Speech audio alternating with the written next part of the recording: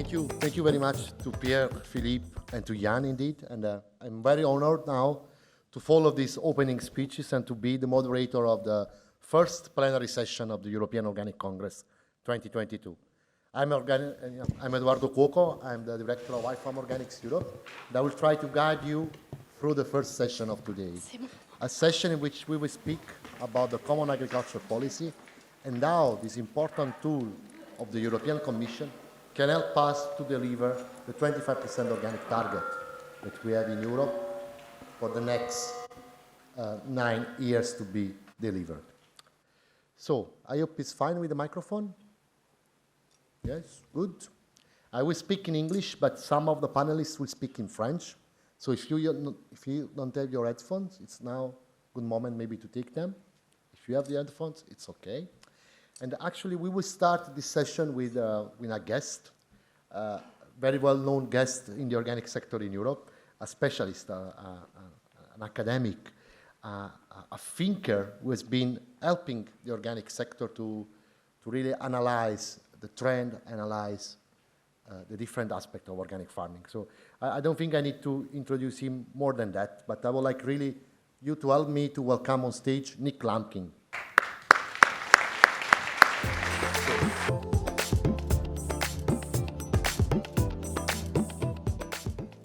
Okay, well, I've been asked to deal with a very complex topic, and I think Jan has done a very good introduction for me in a very short space of time, and those of you who know me will realize that's a near impossibility, but I'll do my best.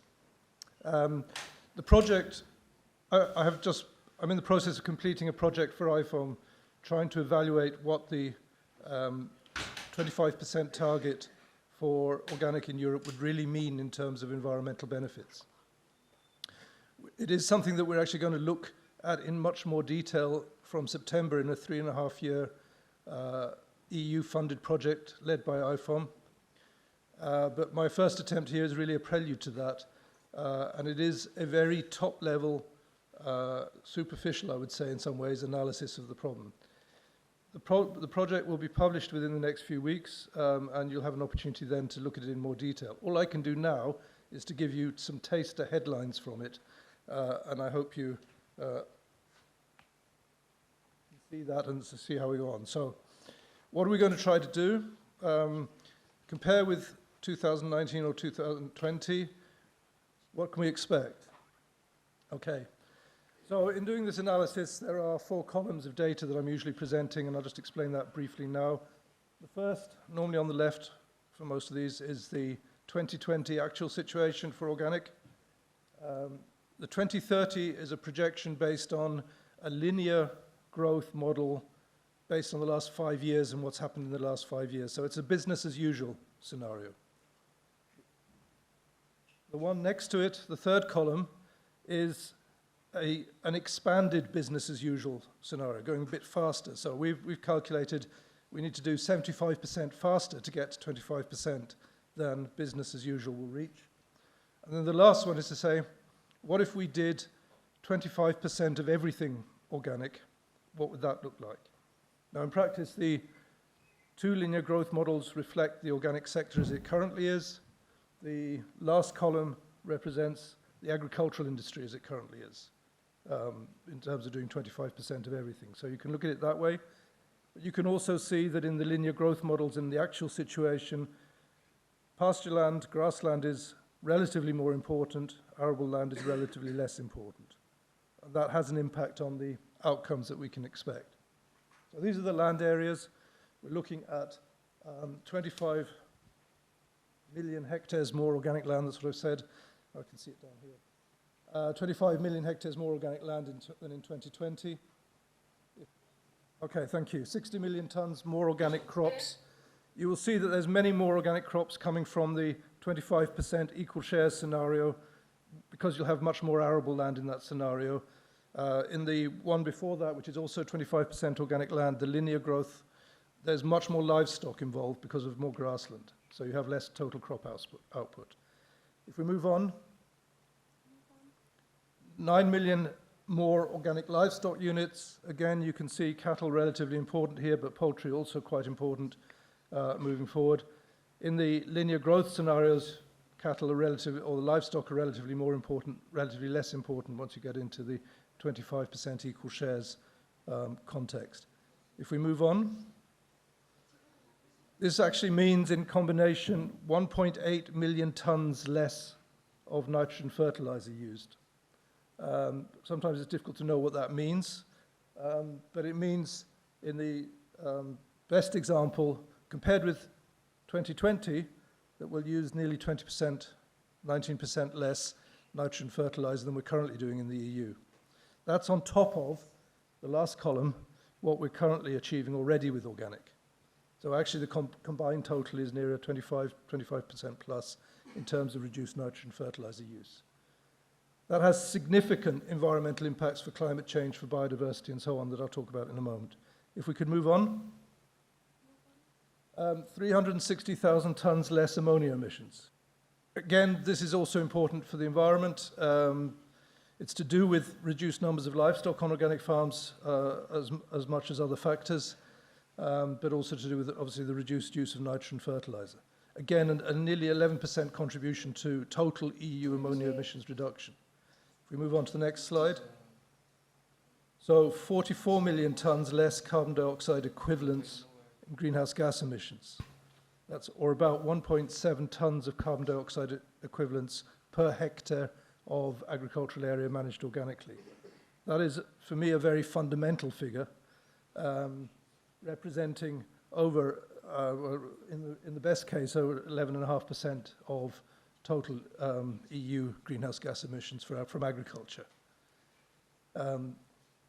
You will notice there is a big difference here between the linear trend column, the second column in this case, and the 25% even or equal shares column. That's because there are three major factors involved in this calculation that have an impact. One is nitrogen fertilizer use. The second is the reduction in livestock that will result from widespread adoption of organic farming. Total livestock numbers will fall. And they, of course, have a big impact on methane, the nitrogen fertilizer, and nitrous oxide emissions.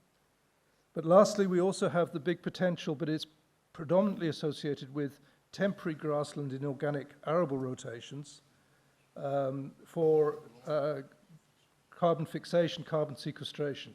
So that's the green block on those columns that could be achieved through those systems. So if you go for a 25% equal share type scenario, you don't get that benefit because you don't get any expansion of grassland within arable rotations.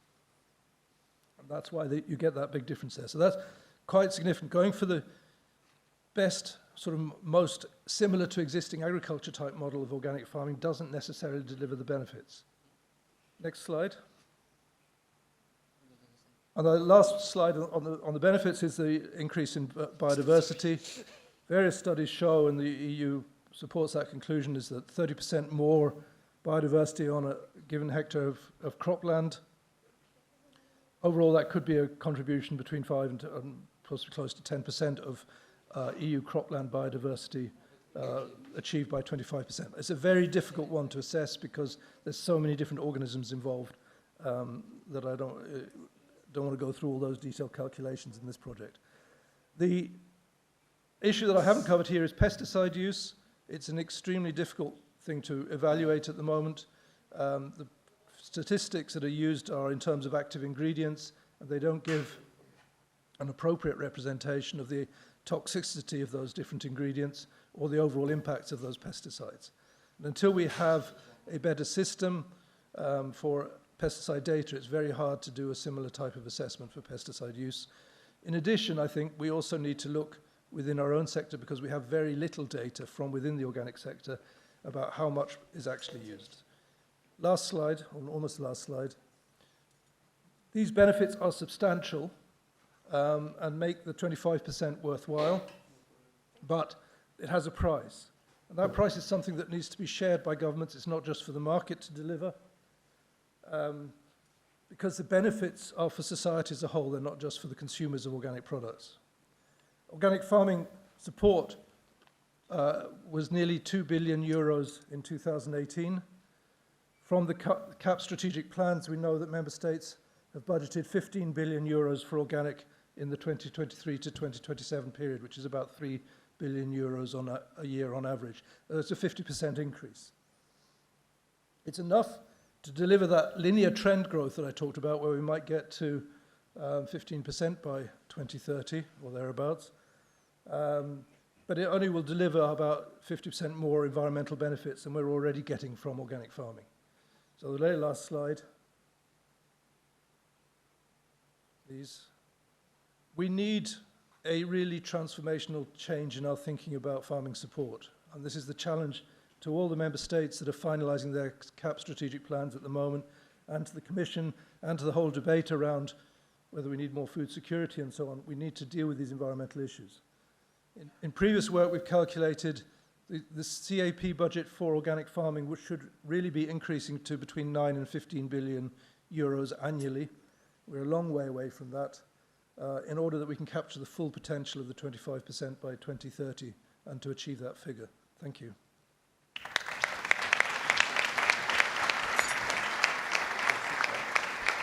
Thank you, Nick. Thank you very much. You can take a seat with us because you will contribute also to the panel discussion that we will start in a second. And I'm very happy that you could deliver this presentation because it sets very well the scene of the discussion that is going to come. As you might know, we are in a very crucial moment for the CAP implementation.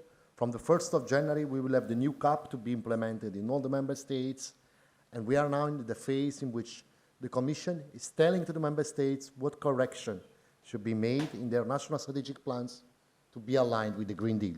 So it's really a moment of negotiation and analysis of these strategic plans. And we wanted to discuss with you this situation together with very relevant speakers, and that will bring different point of view in this discussion. And I would like now you to help me to welcome them on stage one by one. The first one I will call on stage is Pierre Bascou. Pierre Bascou is the Director for Sustainability of DG Agri and Rural Development. Thank you, Pierre. Bienvenue.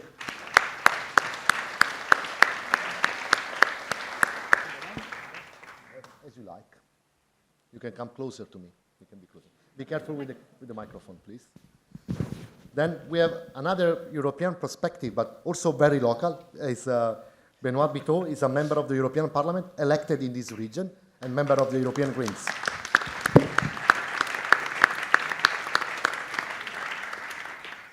Then we have Philippe Cambouret. Philippe, welcome. Philippe is a farmer, an organic farmer, and indeed is the president of the FNAP, la Fédération Nationale d'Agriculture Biologique, so the National Organic Farming Association. So welcome. And then last but not least, you saw him in the opening. It's Jan Plager, the president of IFAM Organics Europe. Please. So I will try to entertain our guests with some questions, but I would like also you to think and start writing down your questions if you will have any during the discussion, because at a certain point, I would like to give you the possibility to interact with the audience. And as I said, we are going to discuss about the common agricultural policy, what is the situation in the different member states. And yes, I mean, I would like to start with Pierre, because I think Pierre has a very difficult job in these days. Yeah?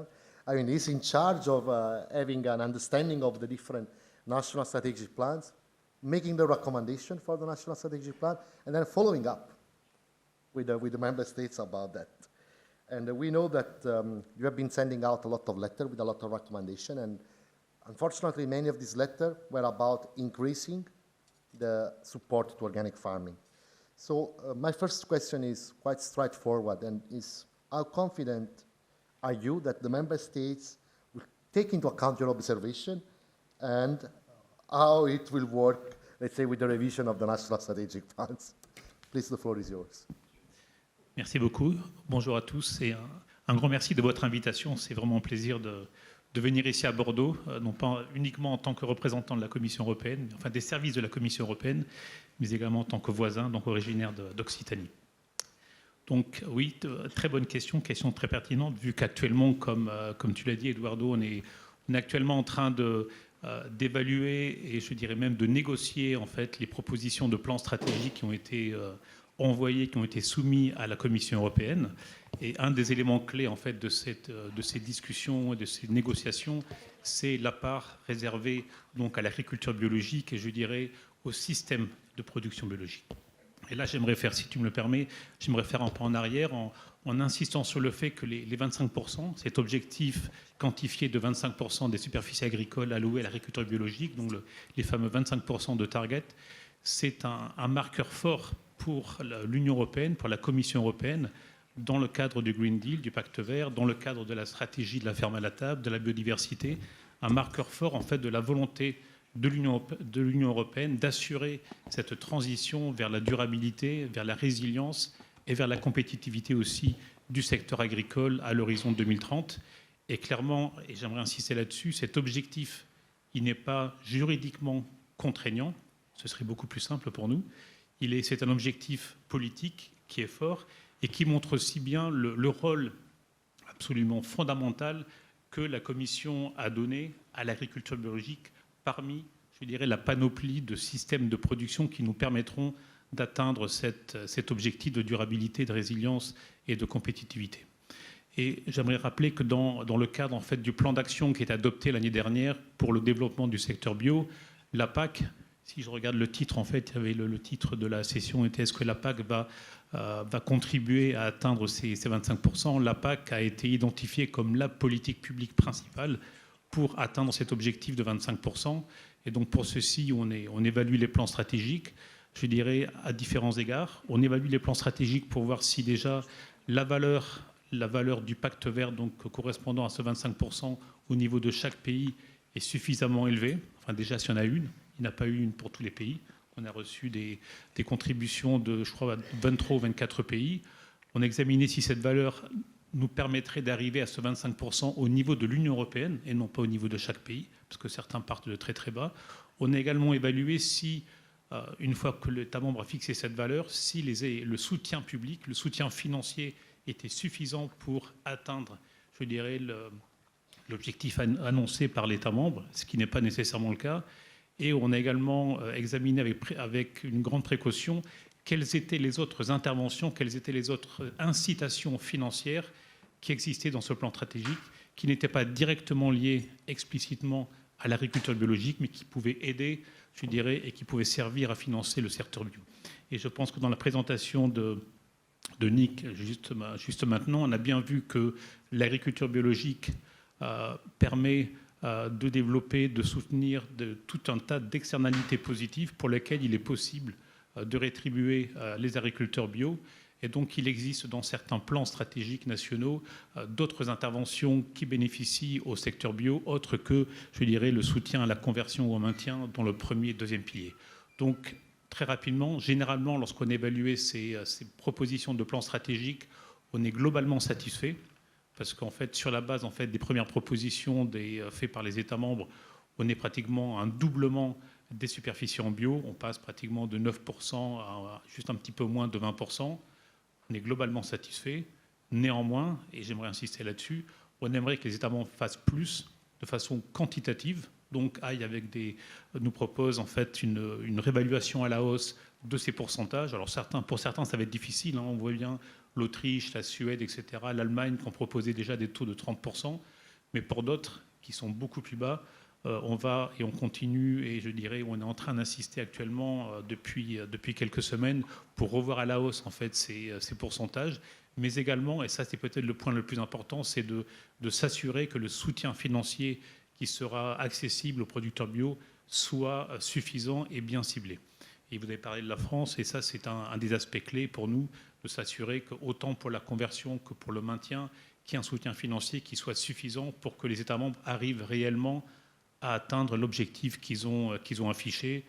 La France affiche un objectif de 18%, l'Allemagne de 30%, la Suède de 30%, etc. Donc il y aura un travail sur l'adéquation entre l'objectif affiché et les moyens qui seront mis sur la table pour atteindre cet objectif. Donc globalement, on est relativement satisfait, mais il y a encore beaucoup de travail à faire, donc nous allons continuer à travailler là-dessus au cours des prochaines semaines. Voilà, merci. Pierre, thank you very much. And I think, as I said, it's a very difficult job, the one that you are facing now, but it might be might be even more difficult if they don't deliver back. So, but let's move on. Benoît, Benoît is the first vice chairman of the Agricultural Committee of the European Parliament, and he has a microphone. He's part of the Green Groups, and the Green Groups has been voting down this CAP. You made a campaign, you voted against this common agricultural policy, and it's clear that for your political party, that's not a CAP that can deliver to the Green Deal, that can deliver the environmental and climate results that we would expect from that. So my question for you is how you, as member of the Parliament, and how you, as representative also of the Parliament, will try to make sure that also the Commission and the Member States will deliver towards the objective of transitioning the food system towards a more sustainable one. D'abord, merci beaucoup de votre invitation. Je suis très heureux d'être là parmi vous pour parler de ce sujet qui est l'agriculture biologique, qui est un sujet qui me passionne tout simplement parce que effectivement, je suis député européen, premier vice-président de la Commission agricole au Parlement européen. Mais il y a un angle mort dans cette présentation, c'est que je suis paysan bio. Et que donc, je suis très attaché au développement de l'agriculture biologique. Si j'ai choisi de devenir paysan bio, c'est bien un choix. C'est parce que je suis convaincu que c'est l'agriculture dont nous avons besoin pour relever les défis contemporains et pour avoir rendez-vous avec l'histoire et relever justement le défi de préparer au mieux l'avenir des générations futures. Donc c'est le choix que j'ai fait dans ma vie professionnelle et c'est le choix que je fais dans mon engagement politique. Et donc je crois que c'était important de préciser cette chose. Ce que moi je retiens de ces débats sur l'agriculture biologique et sur le rôle des politiques publiques, c'est que nous devons convoquer l'approche globale. Et c'est précisément ce que Nick nous a proposé en préambule de cet échange, c'est que quand on parle d'agriculture biologique, on ne parle plus uniquement de la nourriture qu'on met dans notre assiette. On parle d'une agriculture qui, enfin, intègre, attrape à bras-le-corps les enjeux du climat, de la biodiversité, de la santé, mais, et ça, Nick n'en a pas parlé, mais moi je le rajoute, du revenu décent et digne pour les paysans, du renouvellement des générations. Et c'est précisément de ça qu'on a besoin quand on parle d'agriculture.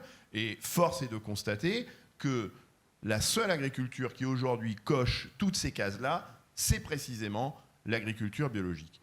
Et donc la question, et c'est des débats qu'on a souvent avec la Commission, notamment dans les trilogues, sur ces subtilités de vocabulaire entre le should et le could. Pierre Bascou voit très bien de quoi je parle.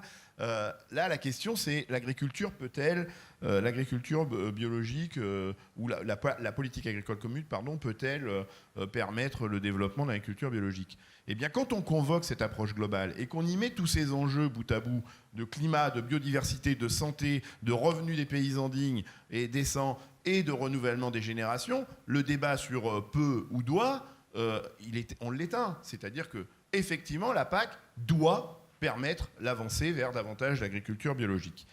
Et je fais une petite parenthèse et je remercie beaucoup le président d'Interbio d'avoir invité nos collègues ukrainiens, puisque dans ce débat aujourd'hui sur le Green Deal, qui est télescopé de plein fouet par effectivement la crise qui se passe en Ukraine, la guerre en Ukraine, invité ici aujourd'hui aux 20 ans d'IFOAM, enfin c'est pas les 20 ans, mais aux 20 ans d'Interbio, pardon, mais on a eu les 20 ans d'IFOAM il n'y a pas très longtemps à Bruxelles, précisément des acteurs de l'agriculture biologique de l'Ukraine, montrent que, y compris en Ukraine, il y a des enjeux sur ce sujet-là, et qu'on ne peut plus laisser instrumentaliser, avec une indécence rare, le conflit ukrainien pour remettre en selle l'agriculture qui est exactement aux antipodes de l'agriculture biologique, sur fond de, paraît-il, souveraineté alimentaire. Le Green Deal n'a pas encore été appliqué, n'est-ce pas, Pierre Bascou? Le Green Deal, c'est demain. Donc on ne peut pas dire que c'est le Green Deal qui est responsable de la pénurie de blé potentielle pour l'Égypte. Donc moi, je trouve que cette idée était absolument merveilleuse que de faire venir les représentants de l'agriculture biologique de l'Ukraine pour montrer qu'on ne peut pas laisser instrumentaliser cette crise géopolitique par les tenants de cette agriculture intensive qui tente de vouloir la remettre en selle pour des mauvaises raisons. Ensuite, on doit s'appuyer, et ça, c'est ce que je demande, puisque la question c'était qu'est-ce que j'attends de la Commission, c'est s'appuyer tout simplement sur des données objectives. On a aujourd'hui des rapports qui font des bilans, qui font des évaluations des effets de la PAC depuis qu'elle existe, et en particulier depuis 1992. Et ces bilans sont absolument redoutables. C'est la perte de 50% de paysans en 20 ans. C'est quand même pas rien. C'est la capacité de cette PAC à permettre des revenus dignes et décents à tous les paysans, avec des clés de répartition qui sont juste inacceptables, qui font que 80% de l'enveloppe n'est captée que par 20% des agriculteurs.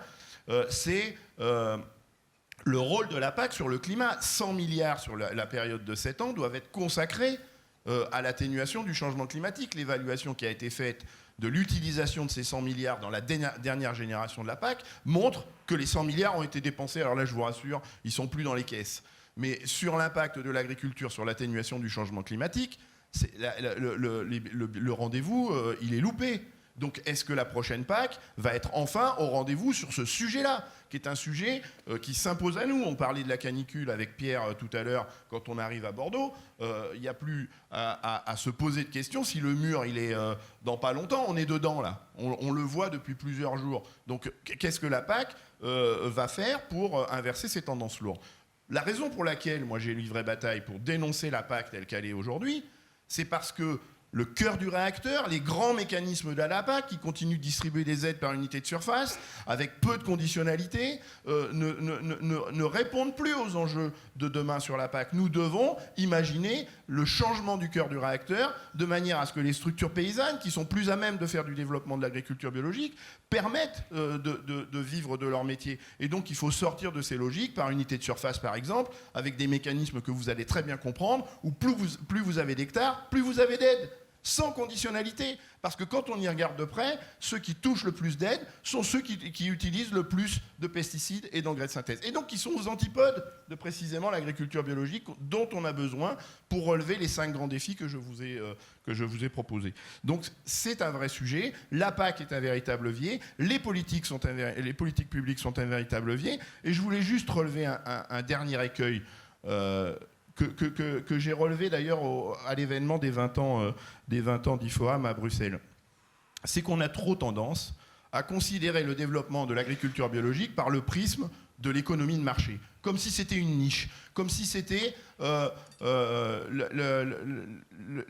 marché qui devait définir si oui ou non on continuait de développer l'agriculture biologique. Mais quand on a intégré les données objectives qu'on a sur la table, sur les sujets du climat, de la biodiversité, de la santé, du revenu des agriculteurs, du renouvellement des générations, je remets les 5 enjeux sur la table. On ne peut plus considérer l'agriculture biologique comme une activité de niche. La seule trajectoire possible, parce que c'est cette agriculture-là qui permet de relever le défi du climat, de la biodiversité et de la santé, c'est 100% d'agriculture biologique. Et donc cette logique de marché qui fait que, est-ce qu'on continue de développer la bio, est-ce que le consommateur... Mais le consommateur, la bonne nouvelle, et on travaille beaucoup à l'Union européenne sur ces sujets-là, sur l'application Yuka, sur le Nutri-Score, sur le Planet Score, sur l'Eco-Score, le jour où on devra mettre au placard toutes ces applications et que le consommateur, quel que soit l'endroit où il va chercher sa nourriture, n'aura plus à se poser de questions, est-ce que cette agriculture-là, ce produit-là que je vais mettre dans mon assiette accélère le changement climatique, participe à l'effondrement de la biodiversité, on aura gagné. Et si ce n'est pas avec les politiques publiques qu'on fait ça, à quoi servent les politiques publiques? Et donc la PAC, c'est un enjeu, bien sûr que c'est un enjeu, mais ce n'est pas le seul. Et je me tourne également vers ceux qui conduisent des politiques publiques nationales, qui doivent aussi regarder les données objectives que nous donne régulièrement la Commission, notamment sur un sujet qui me tient à cœur, qui est la directive cadre européenne sur l'eau, où on a un rapport très récent qui montre le rôle de l'agriculture sur la ressource en eau, et qui fait la démonstration qu'on doit changer d'orientation sur ce sujet-là. Eh bien, ces politiques curatives, pour réparer les ressources vitales, comme l'air qu'on respire, l'eau qu'on boit, coûtent horriblement cher. Et c'est des puits sans fond tant qu'on n'aura pas arrêté les pesticides et les engrais de synthèse. Donc on doit redéployer aussi ces politiques publiques sans rajouter 1 centime de fiscalité supplémentaire pour que ces politiques publiques soient orientées vers la rémunération des paysans bio de manière à ce qu'ils ils rendent des services à l'intérêt commun, qu'ils protègent ces ressources absolument vitales et qu'on soit, cette fois, au rendez-vous de l'histoire sur les 5 grands enjeux que je rappelle, le climat, la biodiversité, la santé, le revenu digne des paysans et le renouvellement des générations. Donc la route, on est encore en Nouvelle-Aquitaine. On avait un Premier ministre en Nouvelle-Aquitaine qui nous disait « La route est droite, mais la pente est raide ». Voilà, merci Benoît.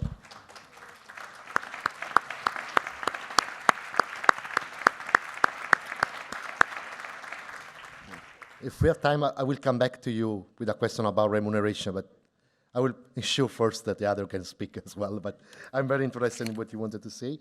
And I would like now to move to Jan, because I would like to, let's say, make a bit of a good picture from a European perspective, because we saw also in the speech of the mayor, and we will speak later with Philippe, that comparative advantage is becoming an issue in this CAP. I mean, this CAP is not guaranteeing that who goes to organic farming gets the most of the money. So there is something that is not being very well considered, neither in the member states, neither from some recommendation letter that the Commission has sent, as well as there is kind of interpretation about double funding that might penalize organic farmers. So it sounds a bit technical, but I think it's a very political question, and maybe you could elaborate a bit about the competitive advantage and the needs to go in this direction.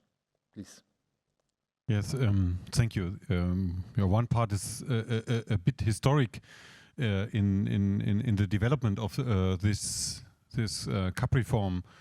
I remember it like today that we discussed with the Commission, with colleagues of Pierre, the design of a new architecture.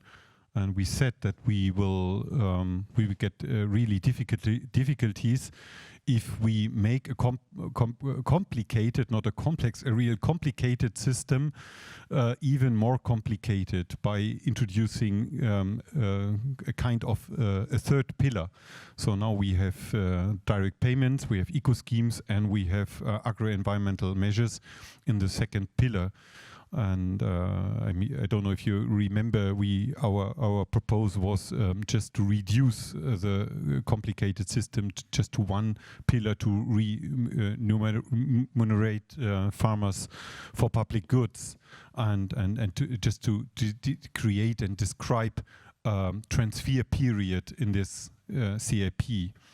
Now we have a very complicated system, and many authorities, governments, payment agencies in the member states, they still have problems to understand themselves what a farmer like Philippe or my farm at home or your farm really gets for which measures, what they do.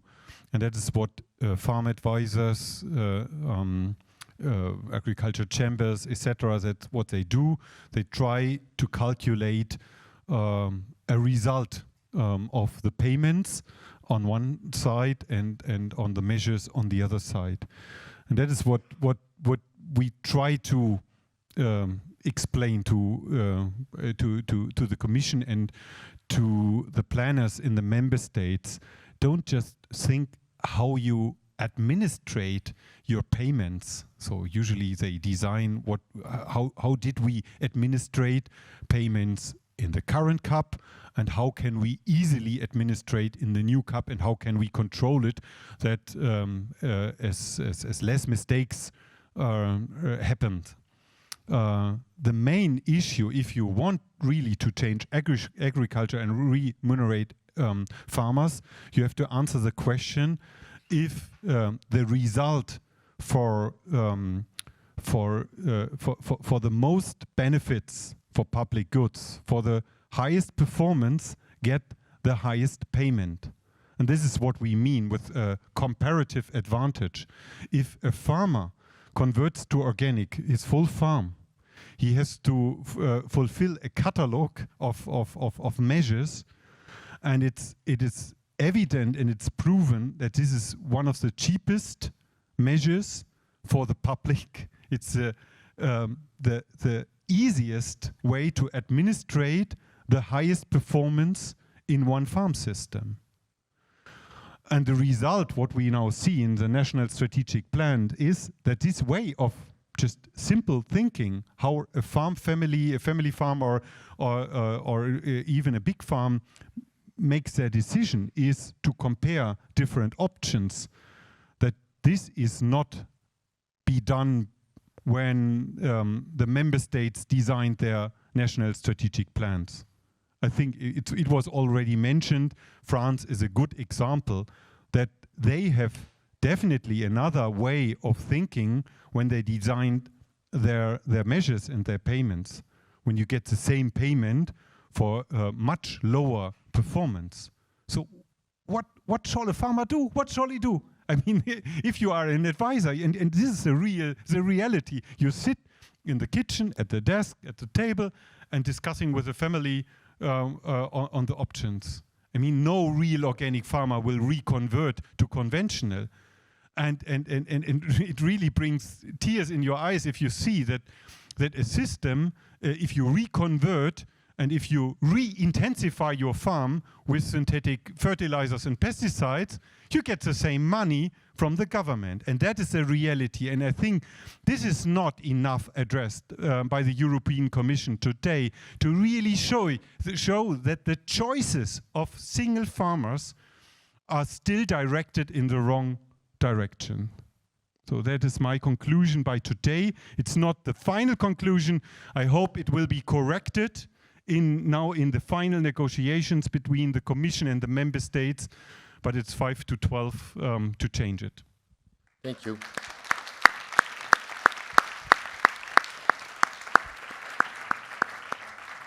Thank you, Jan, for your observations.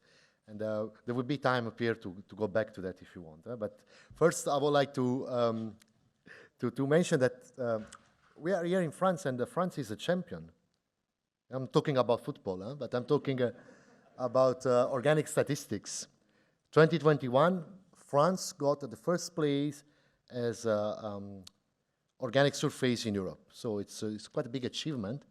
And they passed Italy, they passed Spain, and now they are on the first. So they are really the champion of organic land in Europe. But it comes in a very strange political setting.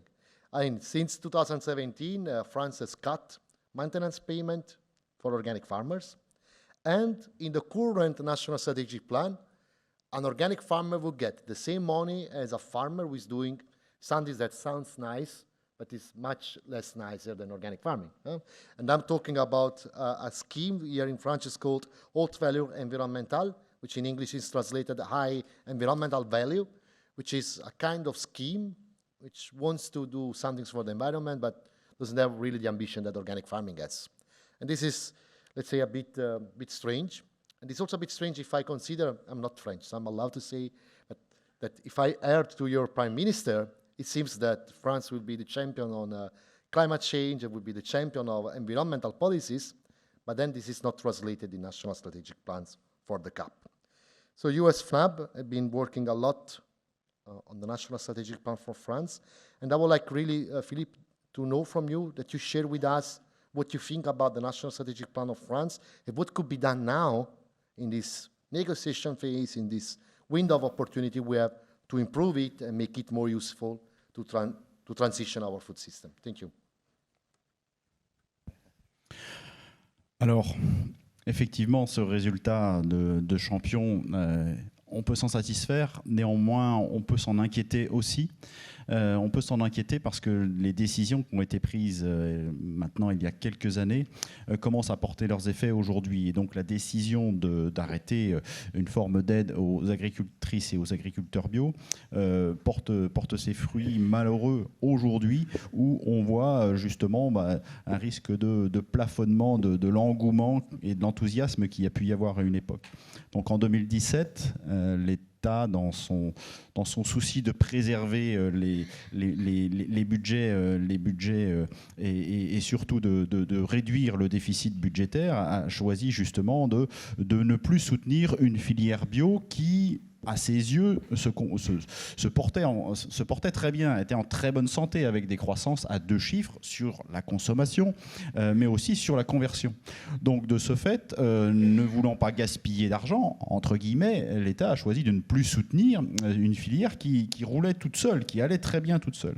Et de ce fait, cet arrêt a fait perdre beaucoup de lisibilité et de projection à moyen et long terme aux porteurs de projets, à ceux qui avaient envie de se convertir à l'agriculture biologique. Et aujourd'hui, on a justement, à quelques années après, beaucoup de questions qui se posent sur la possibilité d'atteindre ce taux de conversion à l'agriculture biologique. Le marché devait porter le développement de l'agriculture biologique. C'est en vendant toujours plus cher pour faire plus de marge, quitte à vendre à des gens qui ont des moyens supérieurs. Peu importe, c'était le but à atteindre pour se développer. On a bien entendu dénoncé au plus tôt cette vision des choses parce que c'était évidemment pas la solution. On le voit aujourd'hui, le marché est en berne, la consommation n'est plus au rendez-vous et justement on a une filière bio qui pourrait bien ne pas rester la championne bien longtemps, malheureusement. Ça n'est pas le marché qui peut tirer la conversion au bio et on le voit bien aujourd'hui. C'était une grave erreur que de revenir sur cette rémunération des services environnementaux qui durait déjà depuis plusieurs années et qui donnait confiance aux agriculteurs pour se convertir.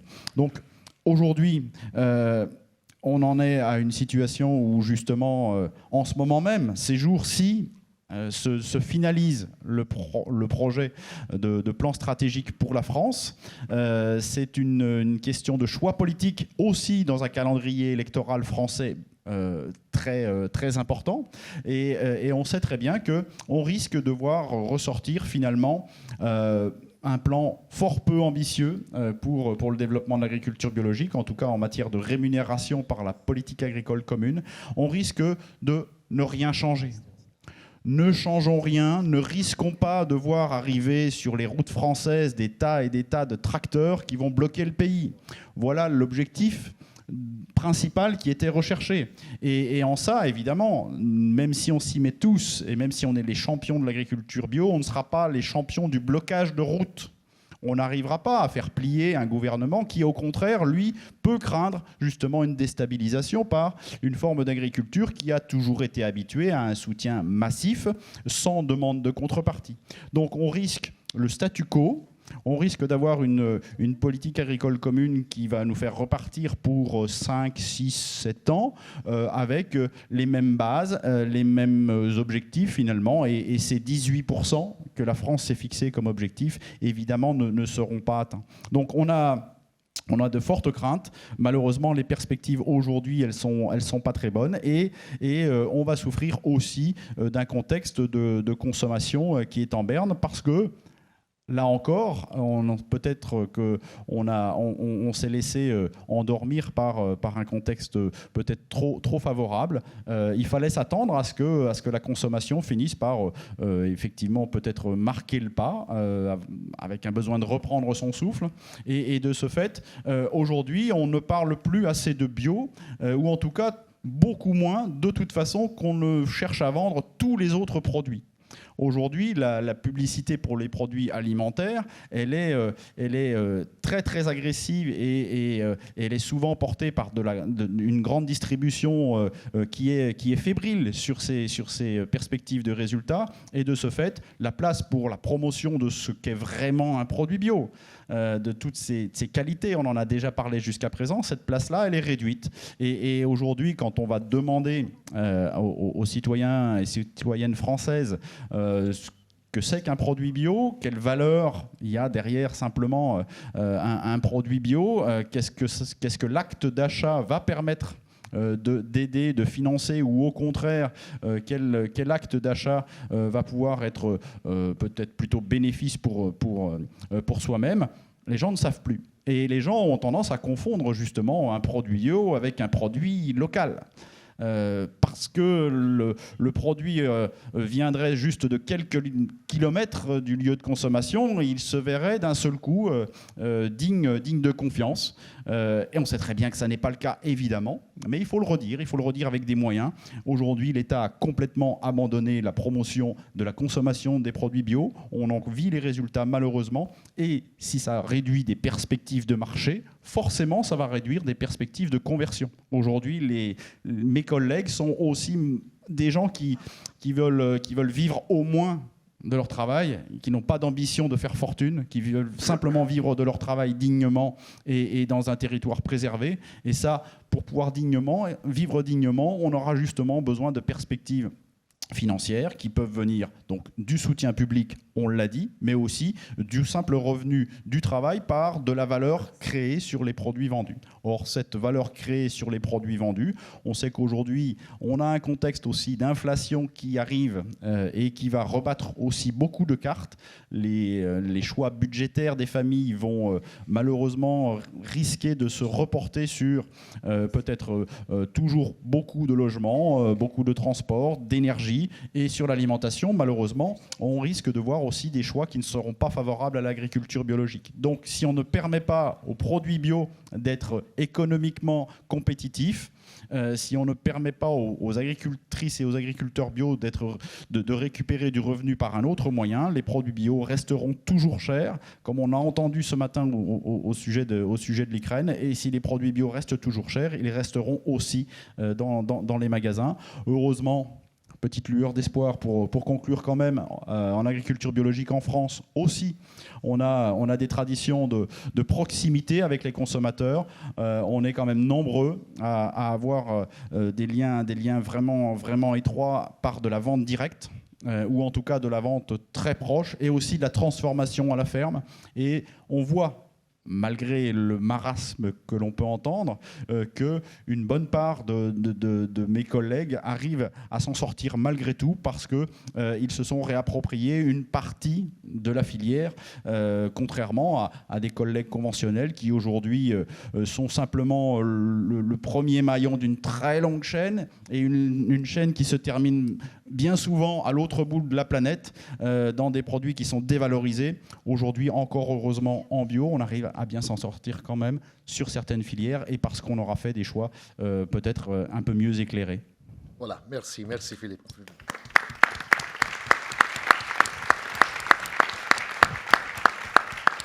Thank you.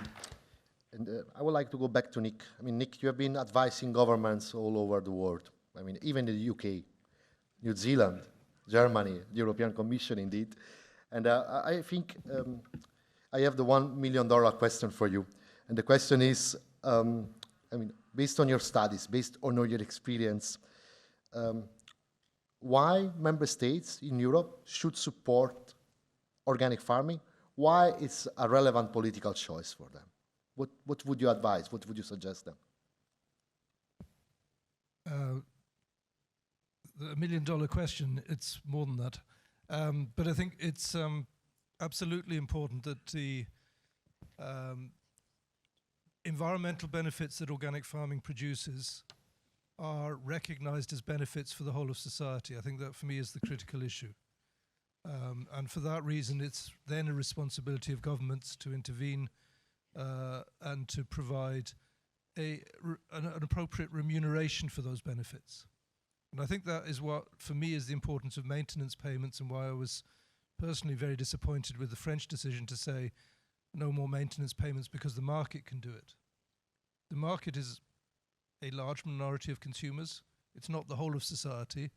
And expecting those consumers to take responsibility for benefits which go to the whole of society seems to be an inequitable division of the financial responsibilities.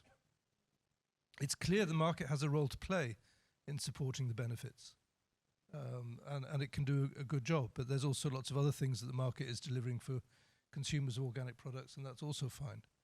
So we need both to work together, and I think a challenge, of course, which governments have is that they have people working in different divisions, in different ministries, and they find it very difficult to combine environmental support programs with market development programs in a combined thinking about the issue. That's back to the complexity issue that Jan mentioned earlier in the introduction. I think, though, there is a further challenge, and it's one that we're trying to work on in Germany, and I think it's really important, is to recognize there is a certain amount that organic farms achieve in getting to the level of organic standards. But many organic farmers do much more than that. And those farmers deserve to get the recognition for that additional contribution that they make.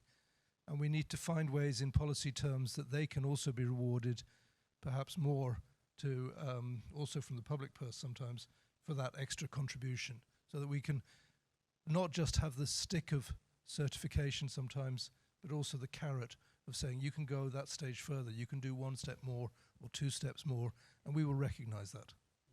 Thank you, Nick. Thank you.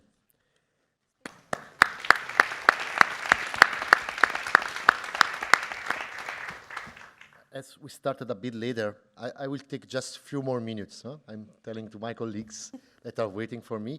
But I would like these minutes to have a little bit of interaction. I really would like to know from you if you have questions or you have comments about what we've been saying, and also from you if you want to comment or ask questions to each other. So I would like really to get it interactive. We have microphones, right? Is there and is there.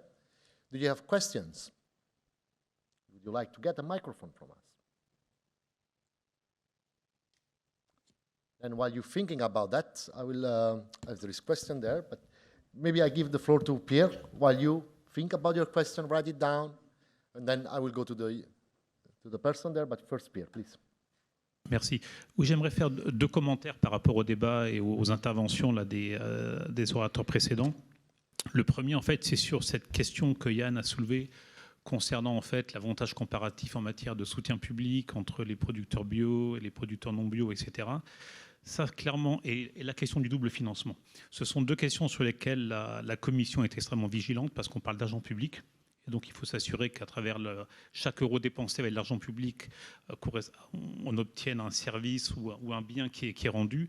Et ça, c'est quelque chose sur lequel nous sommes extrêmement vigilants. Et c'est pour ça que dans un certain nombre de réactions aux plans stratégiques nationaux, nous avons soulevé cette question en fait, d'un risque de désavantage pour certains secteurs biologiques qui pourraient être donc désavantagés en matière de soutien public globalement. Mais il y a un point que j'aimerais rappeler quand même, parce que dans tous ces débats, j'ai l'impression qu'on se focalise sur le soutien au maintien ou le soutien à la conversion. Mais je pense qu'il ne faut pas oublier que l'année dernière, la Commission européenne a adopté un plan d'action que la Commission européenne a demandé aux États membres de mettre en œuvre et qui permet d'aller bien au-delà du maintien ou de la conversion et qui permet d'aider le secteur bio à travers des aides à la demande, à travers une meilleure prise en compte, une meilleure intégration de la consommation des produits bio dans les marchés publics, à travers la restauration collective, à travers la structuration de la filière, à travers par exemple le soutien en circuit court, etc. Donc il y a d'autres moyens de soutenir le secteur qu'à travers des aides financières directes aux producteurs. Il y a également une partie très importante du budget de la promotion, du budget de la recherche, parce que quand on parle d'amélioration de la biodiversité, de la qualité des sols, du climat, l'empreinte climat du bio, qui reste encore controversée, il y a des efforts à faire, il y a de la recherche à faire, et il est extrêmement important pour nous de travailler là-dessus. Donc il y a quand même tout un focus, il y a quand même des efforts très importants qui sont faits pour soutenir le secteur biologique. Et donc c'est pour ça que j'ai commencé mon intervention en rappelant que les 25%, même si ce n'est pas juridiquement contraignant, c'est une pression politique énorme que l'Union européenne dans son ensemble et que la Commission en particulier met sur les États membres pour augmenter, je dirais, le soutien à l'ensemble du secteur, pas simplement à travers les mesures de maintien ou de conversion, mais à travers le soutien à l'offre, le soutien à la demande, le soutien à l'augmentation de la productivité, l'augmentation de la durabilité, l'augmentation en termes d'accès à la semence, etc., etc. Et un tout dernier petit point, c'est que pour compléter la réponse de Nick, mieux valoriser les externalités positives du secteur biologique, oui, à travers un prix de marché plus élevé, mais à travers également toutes les autres mesures auxquelles les producteurs bio peuvent avoir accès dans le deuxième pilier, dans le premier pilier, des aides à l'investissement, etc. Donc je pense qu'il faut un peu élargir le débat plutôt que de se concentrer exclusivement sur certaines aides qui sont labellisées bio. Je pense que ça donnera quand même une vision un peu plus équilibrée de tout ça, mais clairement, encore une fois, la Commission je dirais, insiste auprès d'un certain nombre d'États membres pour revoir à la hausse en fait ce soutien au secteur bio, et on espère qu'on sera entre un peu plus, enfin, à un niveau un peu plus élevé que les 20% à l'horizon 2027 pour être à 25% à l'horizon 2030. Merci. Voilà, merci Pierre, merci. And we had a question, I think, in the center of the room. Please, if you can say your name and keep it brief. Oh, Okay, I hope you can hear me. Yeah. very well. My name is Martin Kunze-Fechner. I'm from Germany, and I actually left the part of practical organic agriculture after my apprentice and went to study. And yeah, because of all the benefits, you're not so binded to your farm. You have kind of more liberty. So my question is more like to Jan and Philippe, like where do you see like the youth of agriculture can, let's say, join institution to kind of, think and develop this new model of, let's say, young organic farmers in the future, like to develop this model? Where's the right address? Thank you.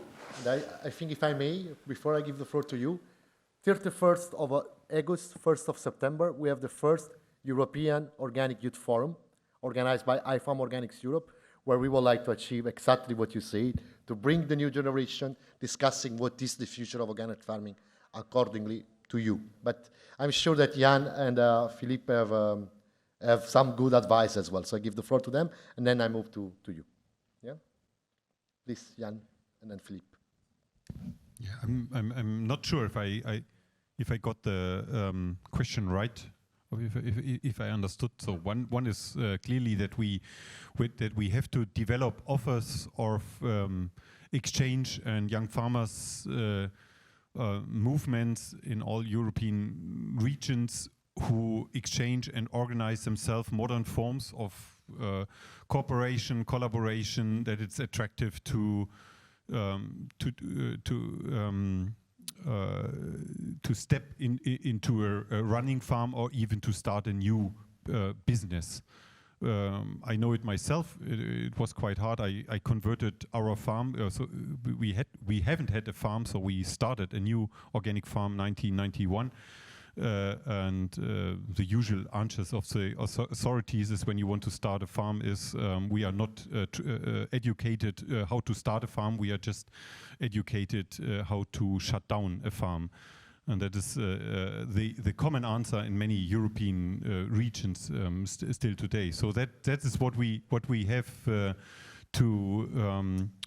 what we really have to support with advisory service, with education, with trainings to encourage young people to start or to step in and to create the right conditions. The Congress is a good opportunity to see what already happens in a lot of regions. I can say for our regions, we already have, I think now 3 young organic farmers associations in Germany started a couple of years ago, and that's what they tried, really not always to repeat what elder people say and repeat, and they develop new ideas, new approaches, and that's what organic is about too. That you, as young farmers, students, that you learn about the organic principles and the way of thinking, but that you are always active to ask yourself: is it the right approach, and can I improve the system? And that is, that's basically my answer. And for that, you need collaboration. Thank you, Jan. Philippe, do you want to add anything? Ouais, merci de me donner la possibilité de répondre à cette question parce qu'elle est cruciale. Évidemment qu'elle est très importante. On parle là de l'agriculture biologique de demain. Et évidemment que c'est important. On a des chiffres récents qui nous disent que l'agriculture biologique, même si elle ne concerne finalement que 10% des surfaces, elle génère 20% des emplois sur le territoire. 10 contre 20%. Donc l'agriculture biologique est un gisement d'emploi et donc un gisement de dynamisme pour la ruralité, pour les campagnes. Et donc c'est en cela que ça nous fait plaisir aussi de revendiquer l'agriculture biologique comme outil de développement ou en tout cas de maintien d'activité dans les campagnes. Le public concerné, pour moi, et pour faire vite, il est de deux ordres. On a des gens qui d'emblée ont choisi d'être agricultrices ou agriculteurs un jour et qui, dès la sortie de l'école, vont chercher à le devenir. Là se pose la question de la formation initiale dans les lycées agricoles.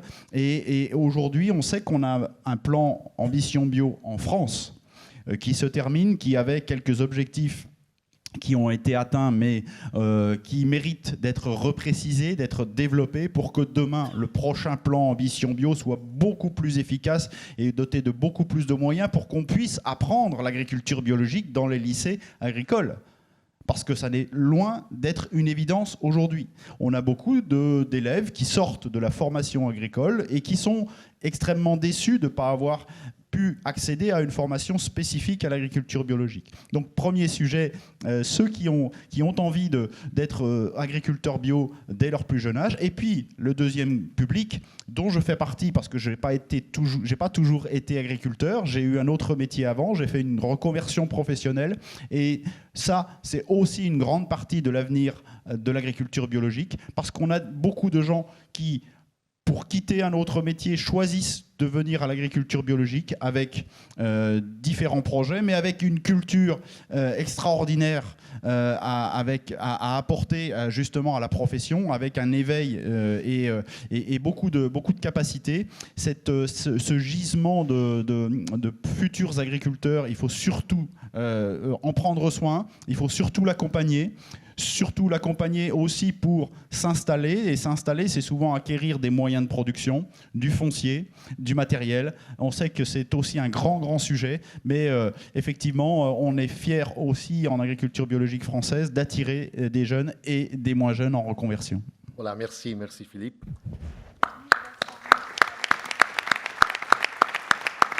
So, I have two more questions, but I get them with the pact that you keep it short. And you keep short the answer because we're very late, okay? So I have this lady here. You can introduce yourself. I know you, but maybe the other don't.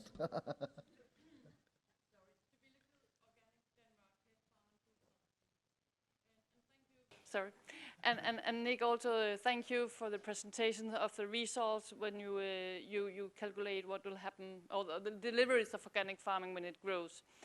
My question is, because in the end, you show how much more subsidy we need to reach the 25% target. And my question is, wouldn't it be more interesting and a more proper way to show that how can we make it more costly to farm it in the conventional way?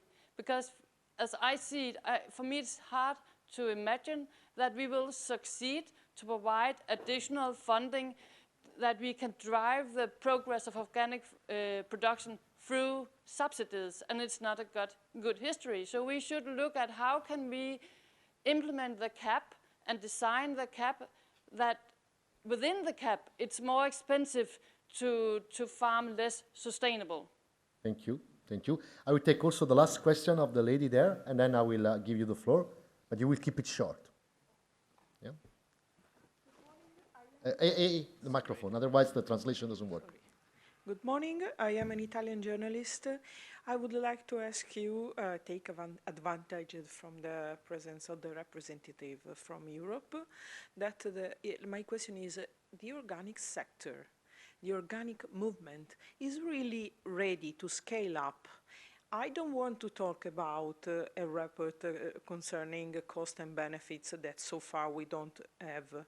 I just would like to focus on the promotional campaign that all the member states are trying to develop in the next months. So which part of, in which way this kind of campaign can keep the development of the organic movement and production close to the original principles? Thank you very much. So we have two questions. One is about how to make conventional agriculture more costly, and now if we are ready to scale up. No? I try to synthesize. Benoît, regarde-moi. Oui, je vais essayer d'être très bref. Je sais. Mais je trouve que l'angle est très bon, c'est-à-dire que ça rejoint complètement ce que je disais tout à l'heure sur les politiques curatives. Et la Commission a des outils pour justement nous aider. J'ai parlé tout à l'heure de la directive cadre européenne sur l'eau, qui a 20 ans maintenant. Un des principes de cette directive cadre européenne sur l'eau, c'est le principe pollueur-payeur.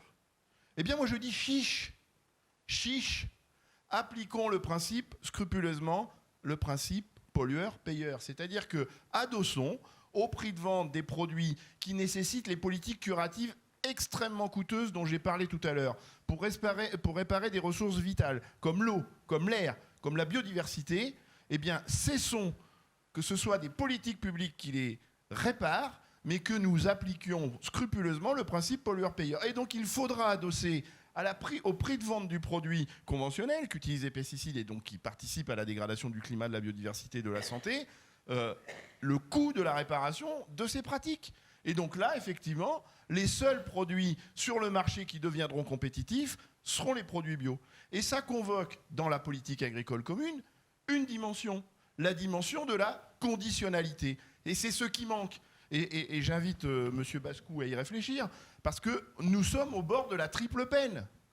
On utilise l'argent public de la PAC dans des proportions importantes, sans conditionnalité, ce qui veut dire que des pratiques qui ne respectent pas le climat, la biodiversité et notre santé sont lourdement soutenues, perfusées économiquement, et c'est d'ailleurs pour ça qu'elles ne disparaissent pas, parce qu'on les tient la tête hors de l'eau avec ces politiques publiques. Le deuxième volet de la double peine, de la triple peine, pardon, c'est ces politiques curatives qui coûtent horriblement cher en termes de fiscalité et qui sont des puits sans fond. Tant qu'on n'aura pas supprimé les pesticides, les engrais de synthèse, on en aura besoin, alors qu'on pourrait utiliser ces enveloppes précisément pour rémunérer des agriculteurs qui prennent soin du climat, de la biodiversité et de la santé.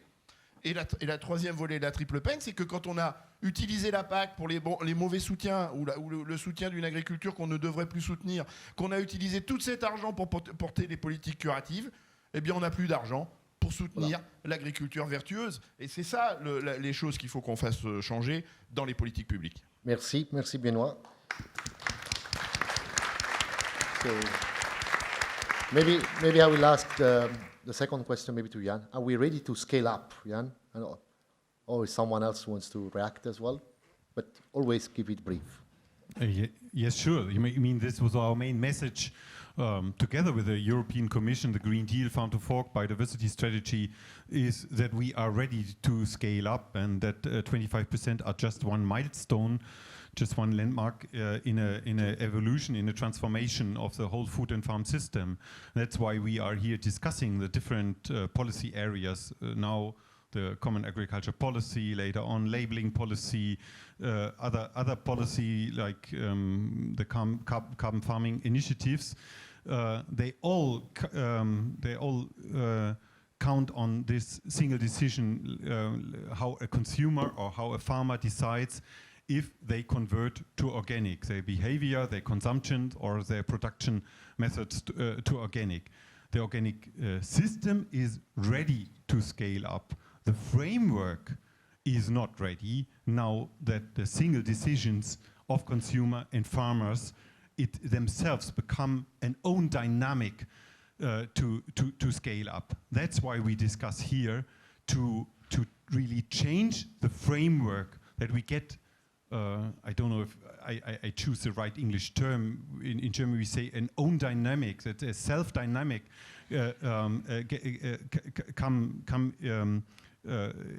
come to move, so that's for farmers and consumption, for processors and retailers.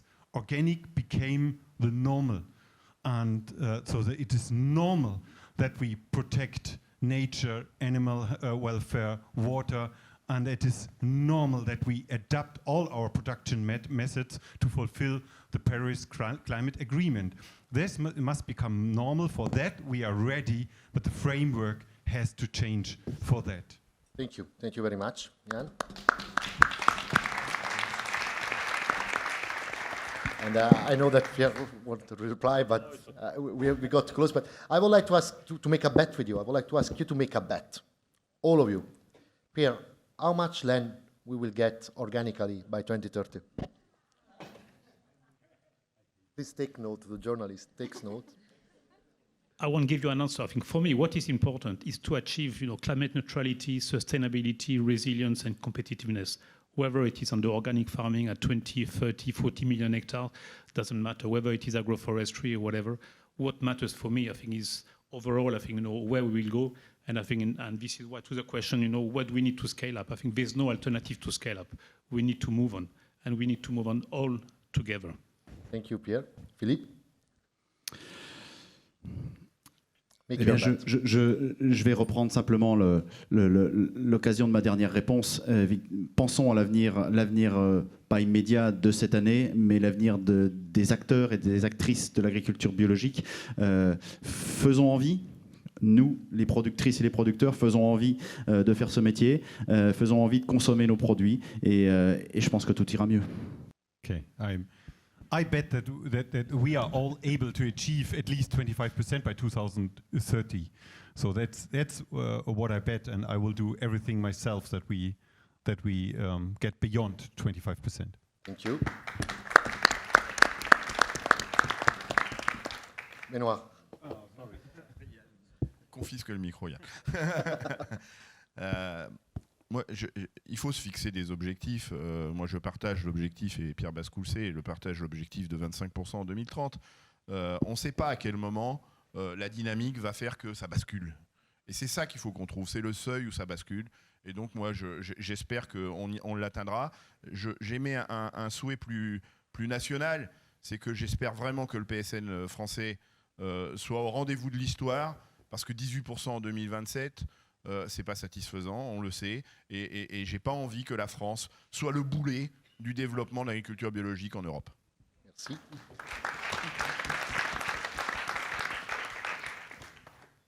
I'm going to do the academic thing and say on the one hand and on the other. So on the one hand, I think 15% is well achievable and very likely because it's building on what we're already doing.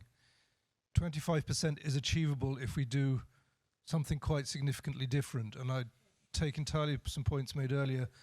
The whole issue of availability of information through our institutions, through training programs, through our advisory institutions, through all sorts of other mechanisms, needs to be part of that radical transformation of the structures. At the moment, there's too many factors against farmers engaging with organic farming that makes it a real barrier.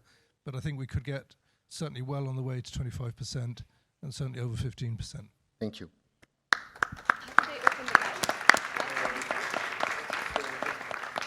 So to conclude, together with the interview, we thought to give an incentive for sustainable transportation. Are you traveling by train? Please raise your hand if you came by train. Okay, and then you will get a big bottle of Armagnac offered by us to thank you for being with us. So please help me to thank our speaker.